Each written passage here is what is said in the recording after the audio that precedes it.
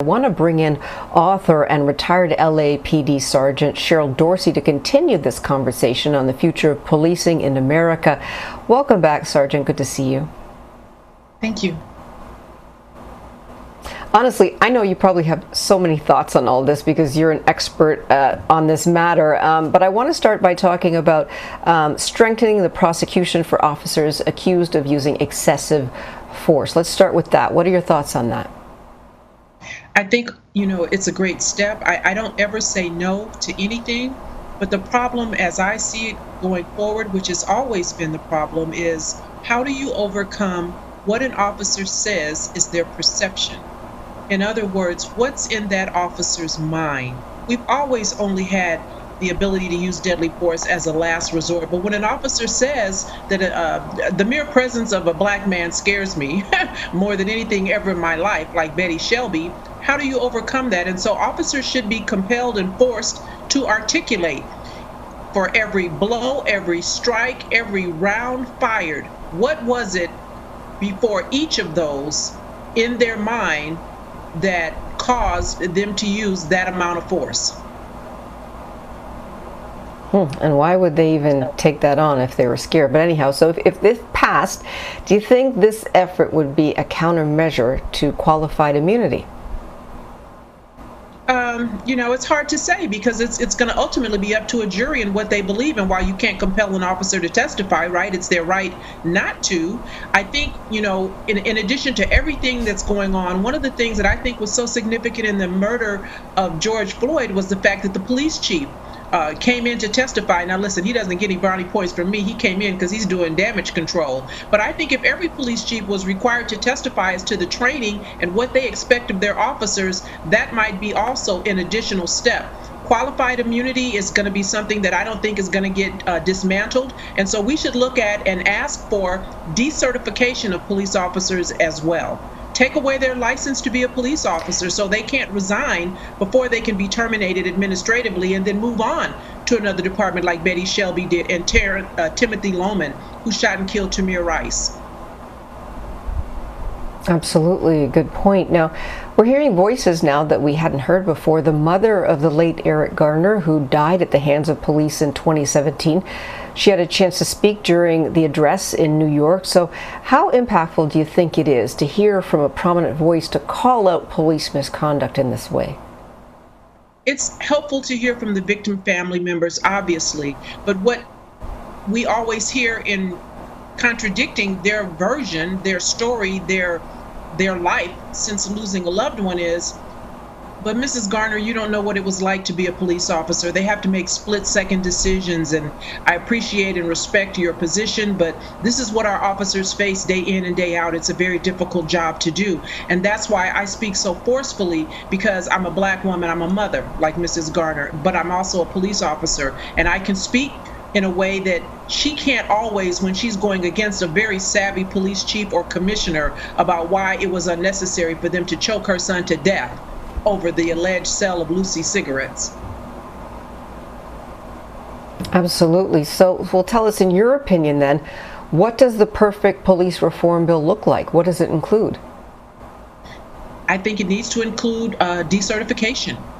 I think if officers are not able to move from department to department, that may give them pause. I think, of course, qualified immunity is a must, but we've already heard from the GOP that it's a non-starter on any negotiations, and we've heard from Clyburn, who I don't agree with respectfully, that we should accept a good bill until he can get a perfect bill. If we can't get qualified immunity dismantled after what we saw happen to George Floyd, Daunte Wright, and most recently, most outrageously, Ronald Green, what else should happen before we can get that dismantled? And so I say decertify the officers, affect their ability to work by taking them out of the field, putting them on the desk, certainly something police chiefs can do. If they can't terminate them, as they often say, get the officer out of the field. Working patrol is not a right. We often hear about that, but more so we hear about training. So what type of training should be in place for new officers to lower the amount of deaths in custody? For me, I don't see training as an issue because I think officers by and large are well trained. I think that's an excuse. What I think should happen, in addition to any more training you want to give, officers should be reevaluated psychologically. We're only evaluated in the Los Angeles Police Department, for example, when we're first hired. And we only ever see a psychologist again if we're involved in a deadly use of force. And so many things can happen in between. If you're never involved in a deadly use of force, as I was not during my 20-year career, I never fired my weapon. I never had a reason to speak with a psychologist, but you can be exposed to things. You can certainly have a partner who will twist your thought process. And then we know, because the FBI has told us that KKK have infiltrated these police departments. And so folks need to start looking at how we can purge those officers from the ranks. Not only are they on these 18,000 police departments, most recently it was reported that they're even on the Secret Service. That is very troubling, but we want to continue this conversation. Sergeant Dorsey, can you please stick around? We're going to take a quick break and we'll continue this conversation coming up right here on BNC Live. And now I want to bring back retired LAPD Sergeant Cheryl Dorsey to continue this conversation. Welcome back again, Sergeant. You just heard the numbers about police violence and how much of a concern it is for Americans. What are your thoughts on that? Well, listen, I mean, this has always been something that's been playing in the background, and a lot of times I think it's foo-fooed away, it's minimized, and it's mitigated not only on the local level with police chiefs, sheriffs, and commissioners, but on a national level. And I think what elected officials are trying to do right now is only moving the ball down the field, and it's not really addressing the root cause, which is how officers conduct and comport themselves day to day. It's not going to really hold officers accountable. And I can tell you, as a patrol officer and a patrol supervisor, the things that they're putting forth right now, it's not going to affect me tomorrow if I were to put on a uniform and get into black and white. It's not going to give me pause. We see in Kim Porter, 26-year veteran female, and she wants us to believe that she doesn't know the difference between a taser and her duty weapon. She expects that same shelter and cover of qualified immunity that others have been able to benefit from in the past. Is that some of what you talk about in Black and Blue? Absolutely. I talk about the need for accountability, and I try to give family members and anyone who hears my voice the words, the verbiage to use when they have an opportunity to speak to an elected official or police chief, because oftentimes what families say they want in terms of accountability, they don't really know what that means. And really, I think accountability just means for the officer to pay a price commensurate with the misconduct and or crime that they committed. Sergeant, you're pretty outspoken about things. I know you are retired, but are you getting any people, that you've worked with, colleagues, former colleagues, who are concerned about you speaking out so honestly about what has been happening in the police force? Well, a lot of people think that I just started speaking out and I just retired, and neither of those are true. I've been retired for a number of years, and I've been always the person that I am now. I spoke out when I was on the department. I testified at the criminal murder trial of a white officer, a colleague, Douglas Iverson, who shot and killed a black man, John Daniels, in 1992. Why? Because John Daniels didn't follow his order to come here to stop. And so this is not anything new for me. I pray, I ask you to pray for me, and as long as I do that, I'm not worried about any detractors or any haters, because I'm speaking truth to power. But how did you survive so long in the police force when we're told that a lot of black and brown officers themselves don't speak out because they fear retaliation? This is not a job for everybody, and so you have to be constituted a certain way, and I'm not everybody. Luckily for me, when I joined the Los Angeles Police Department, I joined at a time where there weren't very many black women out there in patrol. And so the white officers that I worked with didn't know what to make of me. And they were very concerned about whether or not I would back them, right? If they could commit misconduct in front of me. And so I didn't have to worry about officers doing anything untoward in my presence, because they didn't know whether or not they could freely, and they couldn't. Good thing for them. And so I didn't have those issues. Now, I had some minor things that I would not allow my partners to do, which was sit a black man on a curb when you pull him over for a traffic stop. But in terms of excessive use of force, it wasn't as prevalent then as it is now in terms of my own personal experiences.